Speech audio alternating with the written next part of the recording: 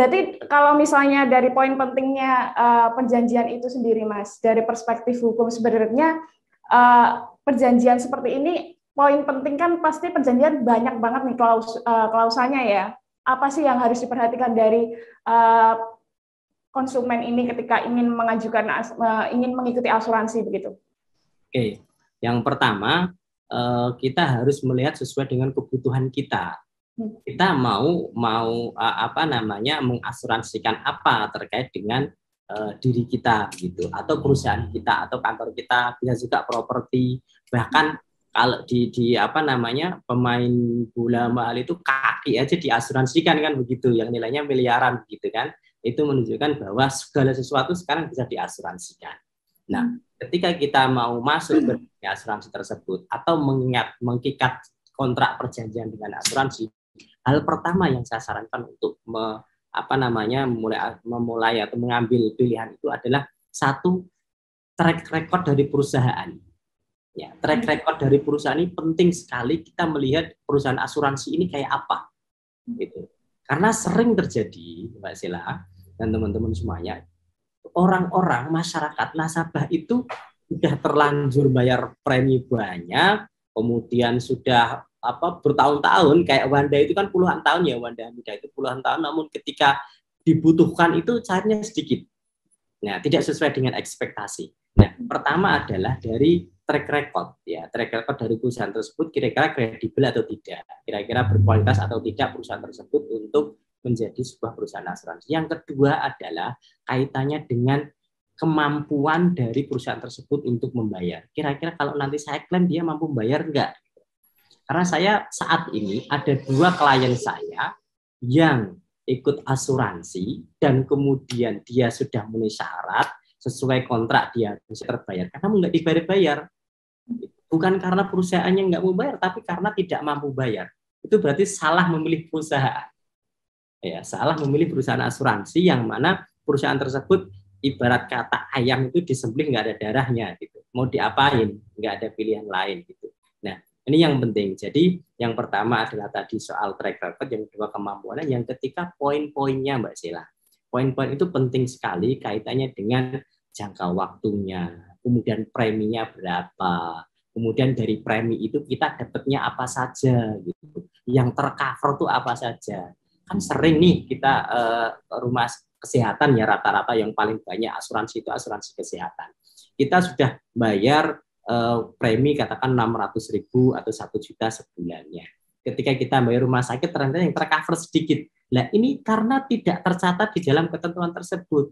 Sakit ini masuk tidak, kamar masuk tercover tidak, obat tercover tidak gitu. Jadi memang harus rigid gitu. Harus rigid gitu. Kita tidak bisa kemudian asal percaya udah aku ikut karena iming-imingnya kelihatannya kok menarik, kalau ada yang sakit gratis ya kebetulan sakitnya sakit yang tercover gitu, sakit yang memang oleh asuransi tersebut di cover keseluruhan.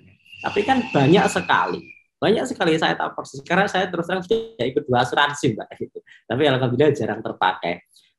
Kami melihat banyak sekali asuransi itu yang kemudian kalau sesuatu itu jelas terjadi nggak mau mengcover, misalkan wanita melahirkan, itu jarang sekali tercover itu kan, karena udah tahu bakal terjadi, sehingga perusahaan nggak mau rugi, maunya mengcover itu yang kira-kira nggak mungkin terjadi gitu, tapi kalau terjadi ya menjadi tanggung jawab perusahaan. Nah, hal-hal begitu itu harus ditegaskan sejak awal, jangan kemudian nanti komplain di belakang, lu kok nggak tercover dan sebagainya. Nah, di awal seperti apa dulu perjanjiannya, gitu. Jadi sekali lagi kalau dalam asuransi itu tidak menggunakan aturan umum, aturan baku, tetapi hubungan privat antara nasabah dengan perusahaan tersebut. Kalau kemudian kesepakatan yang sudah kira-kira menurut kita menguntungkan kita, ya monggo diambil. Tapi kalau tidak, kita nggak bisa niru. Nah, itu teman saya asuransinya 1 juta per bulan kok dapat ini itu. Ya, satu orang dengan orang ini kan beda-beda isi perjanjiannya gitu. Jadi kaitannya dengan itu Mbak Sheila, poin-poin perjanjian yang tadi saya sampaikan itu penting sekali untuk kemudian dicermati sebelum kita tanda tangan dan melakukan pembayaran premi terkait dengan asuransi. Itu Mbak Sheila. Baik, berarti memang untuk konsumen ini sebelum ibaratnya menandatangani asuransinya memang harus membaca perjanjiannya secara cermat begitu, kembali lagi, karena ketika kan biasanya memang konsumen ini ibaratnya sekedar menandatangani saja begitu, ibaratnya setuju aja, tapi nantinya di akhir ternyata dia menjadi pihak yang salah juga karena tidak membacanya secara cermat begitu Mas Taufik ya. Berarti kalau misalnya perjanjian asuransi ini, titik rawannya itu seperti apa sih Mas? Apakah peserta ini memungkinkan untuk melakukan negosiasi nih dalam perjanjian, atau misalnya kita hanya bisa pasrah untuk mengikuti ketentuan yang disodorkan oleh perusahaan asuransi? Nah, saya katakan justru harus, Mbak. Negosiasi harus dilakukan. Kalau di kantor saya, kantor law firm saya itu, ketika membuat perjanjian selalu saya tawarkan dulu. Demikian setuju atau tidak? Karena salah satu syarat perjanjian itu adalah adanya etikat baik dan kesepakatan kedua belah pihak. Kalau satu pihak tidak sepakat ya tidak menjadi perjanjian yang mengikat, gitu. Makanya dalam hukum asuransi itu salah satu asas yang dipakai adalah etikat baik dan tidak boleh menggunakan perjanjian baku. Perjanjian baku itu apa? Perjanjian yang sudah tidak negosiabel. Artinya lo mau ya tanda tangan, nggak mau ya udah gitu. Itu baku. Itu nggak boleh. Sama dengan kita kredit di bank, Mbak Sheila. Ketika kita mau saya mau pengajuan plafon 1 miliar misalkan, kita bisa negosiasi soal waktu pembayaran, soal bunganya, soal administrasi dan sebagainya. Nah, dalam asuransi ini harus saya katakan wajib kita melakukan negosiasi itu. Karena sekali lagi yang nanti kita perjuangkan itu adalah nasib kita. Kita mendapatkan apa, kita membayar berapa, jangka waktunya berapa. Nah, kalau kaitannya dengan nanti apakah poin-poin apa yang perlu diperhatikan dalam negosiasi itu, tadi Mbak Sheila, yang pertama adalah kalau kita sudah menentukan ini perusahaannya kira-kira bagus nih, banyak yang sudah terbayarkan, banyak klaim-klaim yang tidak bermasalah begitu, baru kemudian kita menuju ke langkah berikutnya mengacu pada perjanjian. Yang pertama adalah soal jangka waktu. Nah, kira-kira kita mau sampai kapan nih mengasuransikan diri kita?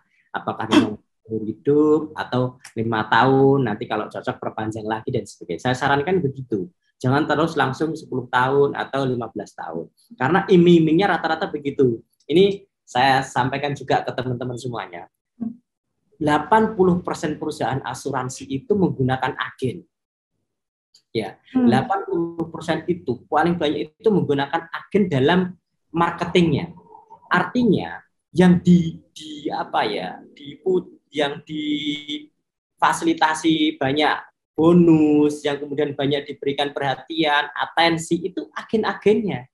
Sedangkan nasabah itu jarang sekali langsung berhubungan dengan perusahaan asuransi. Itu yang terjadi.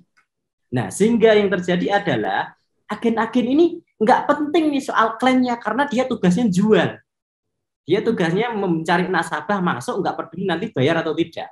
Sehingga yang terjadi kadang-kadang itu janji-janji manis, kemudian yang sangat muluk-muluk nanti gini dan sebagainya. Padahal faktanya dalam perjanjian nggak seperti itu.